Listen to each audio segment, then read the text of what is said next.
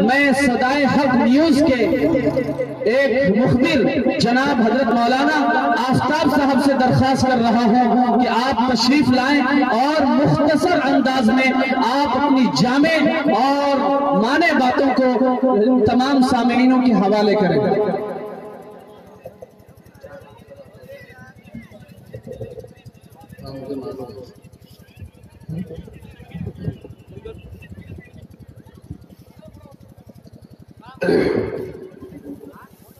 نحمده ونصلي على رسوله الكريم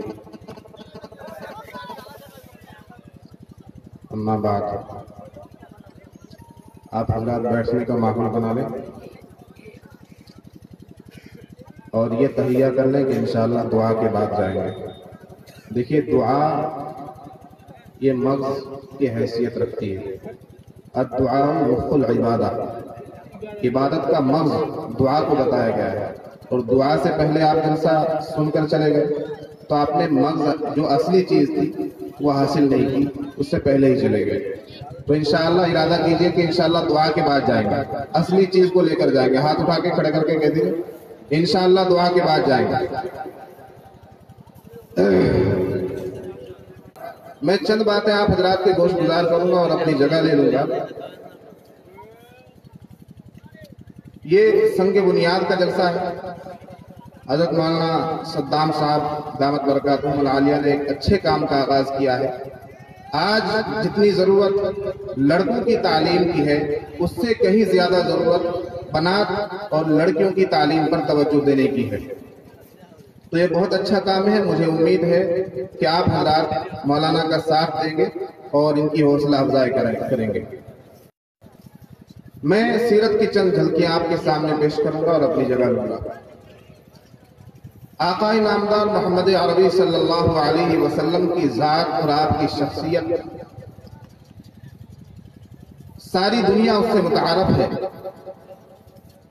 اپنے تو اپنے غیر بھی انہیں تسلیم کرتے ہیں۔ جہاں بھی ذکر ہو ان کا وہاں آؤ ضرور آؤ، جہاں بھی ذکر ہو ان کا وہاں آؤ ضرور آؤ، ملیں جو پھول گلزارے نبی کے ان کو چن لاؤ۔ محمد مصطفیٰ کہیے امام الانبیاء کہیے، محمد مصطفیٰ کہیے امام الانبیاء کہیے، خدا کے بعد بس وہ ہیں پھر اس کے بعد کیا کہیے۔ جب ان کا ذکر ہو دنیا سراپا گوش ہو جائے، جب ان کا نام آئے مرحبا صلی علی کہیے۔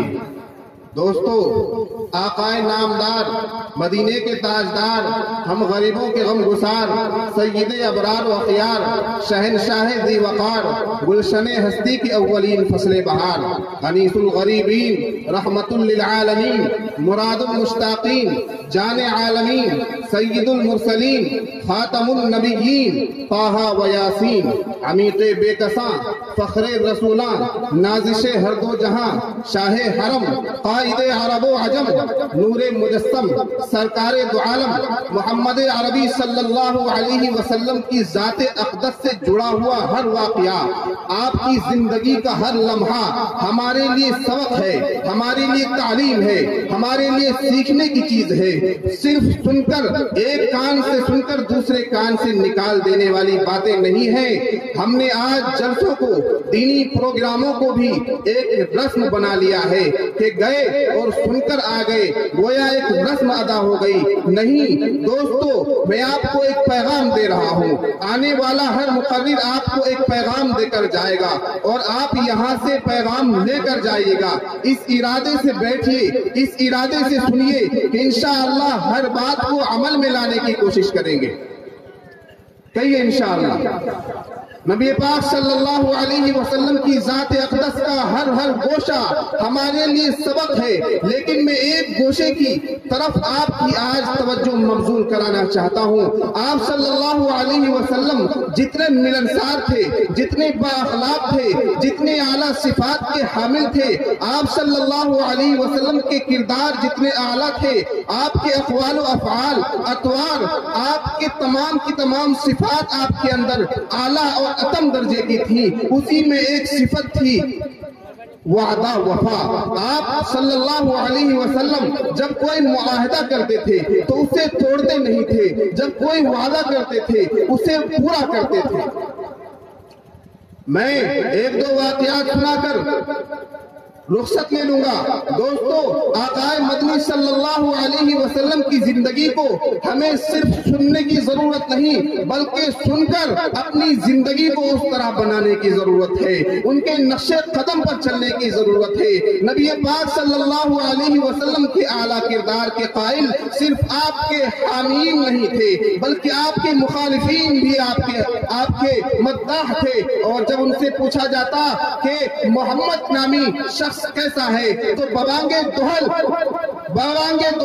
کفار مکہ اور مکے کا کافر بھی یہ کہتا تھا کہ ہاں وہ صادق اور امین ہے، وہ صادق اور امین ہے۔ ابو سفیان ابھی ایمان نہیں لائے ہیں، ہرقل کے دربار میں کھڑے ہیں، ہرقل ان سے سوال و جواب کر رہا ہے۔ ابو سفیان سے ہرقل بادشاہ نے کہا کہ بتاؤ تمہارے مکے میں جو محمد نامی شخص ہے نبوت کا دعوے دار ہے، بتاؤ کہ وہ وعدہ خلافی کرتا ہے یا نہیں، معاہدوں کو توڑتا ہے یا نہیں۔ ابو سفیان اگر چاہتا تو ابھی ایمان میں داخل نہیں ہوئے تھے، ابو سفیان چاہتے تو وہاں جھوٹ بول کر اپنا کام چلا سکتے تھے، لیکن وہ تو نبی پاک صلی اللہ علیہ وسلم کی طرف منسوب بات تھی۔ آپ صلی اللہ علیہ وسلم کی سچائی اور آپ کی صداقت اتنی اعلیٰ درجے کی تھی کہ ابو سفیان کی ہمت نہیں ہوئی کہ وہ گردن ہلا کر بھی آپ کی طرف سے غلط بات کہہ دے۔ ابو سفیان نے کہا کہ نہیں، وہ وعدہ خلافی نہیں کرتے، وہ معاہدوں کو نہیں توڑتے، وہ تو وعدہ وفا کرنے والے ہیں۔ جب صلح حدیبیہ میں جو معاہدے طے ہو گئے، اس کے بعد میں ایک معاہدہ تھا کہ مکے سے کوئی اگر مدینہ چلا جائے گا تو ہم اسے واپس لائیں گے، کوئی مسلمان ہو کر اگر مدینہ چلا گیا تو ہم اسے واپس لیں گے، لیکن اگر مدینے سے کوئی یہاں آئے گا تو ہم اسے واپس نہیں کریں گے۔ حضرت ابو بصیر، حضرت ابو جندل رضی اللہ عنہما، ان دونوں کے ساتھ واقعات پیش آئے۔ مکے کے ظلم و ستم سے عاجز ہو کر وہ مدینے کی طرف رخ کرتے ہیں، کیونکہ مدینے میں اسلام کی نصرت ہے، مدینے میں اسلام ہجرت کر چکا ہے، نبی پاک صلی اللہ علیہ وسلم کی رہائش مدینے میں ہے، صحابہ کرام کا ایک جتھا مدینے میں ہے، مدینے میں اسلام کو سراہا جا رہا ہے، مدینے میں اسلام کو پالا جا رہا ہے، مدینے میں اسلام کی قدر کی جا رہی ہے، لیکن مکے میں جو مسلمان ہو رہا ہے اسے مسائل کا سامنا کرنا پڑ رہا ہے، اس پر ظلم و ستم کی چکی پیسی جا رہی ہے۔ ابو بصیر حضرت ابو جندل رضی اللہ عنہ پہلے پہنچتے، قربان جائیے آپ صلی اللہ علیہ وسلم کی ذات والا صفات پر۔ آپ صلی اللہ علیہ وسلم نے کہا، اے ابو جندل، تم ان کے ظلم و ستم سے پریشان ہو کر آ تو گئے ہو، لیکن میں اپنا معاہدہ نہیں توڑ سکتا، ابو جندل کو واپس کر دو۔ اسی طرح حضرت ابو بصیر گئے، ان کو بھی واپس کر دیا گیا۔ یہ الگ بات کہ انہوں نے راستے میں اپنی چالاکی اور اپنی بہادری سے ان کافروں کو جو انہیں لے کر لینے گئے تھے انہیں ایک طرف کر دیا، اور وہاں سے بھی وہ پھر مدینہ چلے گئے اور پھر ایک الگ جگہ ہجرت کر گئے۔ یہ لمبے لمبے واقعات ہیں، میں بہت مختصر انداز میں سنانا چاہتا ہوں، اور دوستو بزرگوں صرف ایک واقعہ سنا کر اپنی جگہ لیتا ہوں۔ حضور پاک صلی اللہ علیہ وسلم وعدہ وفا کے کتنے پکے اور سچے تھے اور معاہدوں کو کس طرح پورا کرنے والے تھے۔ ایک صحابی جن کا نام عبداللہ بن ابی الحسمہ ہے، کیا نام ہے؟ عبداللہ بن ابی الحسمہ۔ آج تو نام بھی عجیب عجیب رکھے جاتے ہیں، بدھ میں پیدا ہو گیا بدھو رکھ دو، منگل میں پیدا ہو گیا منگلو رکھ دو، جمعرات میں پیدا ہو گیا جمعراتی رکھ دو، جمن۔ اگر نام اچھے بھی رکھے جاتے ہیں تو اچھے ناموں سے پکارا نہیں جاتا، کسی کو ٹھنگنا، کسی کو بونا، کسی کو لمبو، کسی کو فلان، تو یہ نام بگاڑنا قرآن نے منع کیا ہے۔ ایک تو نام اچھے رکھے بچوں کے، علماء سے پوچھ کر نام رکھے، صحابہ کرام کی طرز پر نام رکھیں ان کے نام پر۔ اب کیا ہے کہ ماڈرن زمانہ ہے تو نام بھی ماڈرن تلاش کیے جاتے ہیں، اور بہت زیادہ جو اپنے آپ کو دیندار سمجھتا ہے تو وہ قرآن کھولتا ہے تو ایک لفظ لایا اور نام رکھ دیا۔ قرآن میں تو فرعون بھی ہے، فرعون رکھ دو۔ اس لیے نام علماء کرام سے پوچھ کر رکھیں، اچھے سے اچھا نام رکھیں، چاہے کتنوں کے ہیں وہ نام ہوں۔ اگر ہر گھر میں ایک ایک ابو بکر ہوگا تو انشاءاللہ اس گھر کے صفات اعلیٰ ہوں گی. ہر گھر میں ایک ایک عمر ہوگا تو اس گھر میں اسلام کا نام لینے والا ہوگا, اسلام کی پہچان ہوگی, اسلام کی شناخت ہوگی. صحابہ کرام کے ناموں پر اپنے نام رکھو, اپنے بچوں کے نام رکھو. میں عرض یہ کر رہا تھا کہ حضرت عبداللہ بن ابی الحزامہ حضور پاک صلی اللہ علیہ وسلم سے وہ خریداری کا معاملہ کرتے ہیں. حضور پاک صلی اللہ علیہ وسلم سے حضرت عبداللہ بن ابی الحزامہ خریداری کا معاملہ کرتے ہیں. کوئی چیز آپ صلی اللہ علیہ وسلم انہیں فروخت کرتے ہیں اور وہ اس چیز کو خریدتے ہیں, لیکن ان کے پاس اتنے پیسے نہیں ہوتے کہ اس چیز کی مکمل قیمت ادا ہو جائے. حضور پاک صلی اللہ علیہ وسلم سے حضرت عبداللہ بن ابی الحزامہ کہتے ہیں کہ ابھی اس چیز کی مکمل قیمت تو میرے پاس نہیں ہے, لیکن میں گھر جا کر پوری قیمت لے کر آتا ہوں اور آپ کو پوری قیمت ادا کر کے جاؤں گا. آپ صلی اللہ علیہ وسلم نے فرمایا, اے میرے پیارے صحابی, جا تو گھر سے اپنی قیمت لے کر آ, میں تیرا یہی کھڑا ہوا انتظار کر رہا ہوں. سننا ہے کہ نہیں؟ حضرت عبداللہ بن ابی الحزامہ گھر گئے اور ذہن سے بات رفع چکر ہو گئی کہ میں نے کائنات کے سچے سردار سے کوئی وعدہ کیا ہے. بھول گئے کہ ہمیں پوری قیمت لے کر جانا ہے. آقا نامدار مدینے کے تاجدار محمد عربی صلی اللہ علیہ وسلم اسی جگہ پر جہاں اس کے انتظار کا آپ نے وعدہ کیا تھا کہ میں یہی کھڑا رہوں گا, تو پیسے لے کر آ. آپ صلی اللہ علیہ وسلم کھڑے ہیں. دن سے شام ہو گئی, شام سے رات ہو گئی, رات سے صبح نمودار ہو گئی. ایک دن گزر گیا, ایک رات گزر گئی, 2 دن گزر گئے, 2 راتیں گزر گئی, 3 دن گزر گئے. وہ صحابی 3 دن کے بعد ان کے ذہن میں بات آئی کہ میں نے آقا نامدار سے ایک وعدہ کیا تھا. وہ جلدی ہڑبڑا کر اٹھے اور پیسے لے کر آپ صلی اللہ علیہ وسلم سے جہاں وعدہ کیا تھا وہیں پہنچ گئے. دیکھا فرشتہ صفت انسان کھڑا ہوا ہے.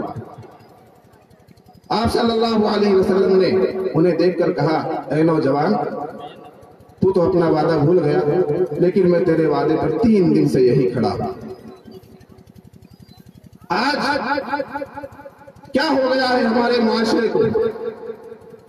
اگر کسی سے دوستی خراب کرنی ہے, رشتہ داری خراب کرنی ہے, تو اسے قرض دے دو.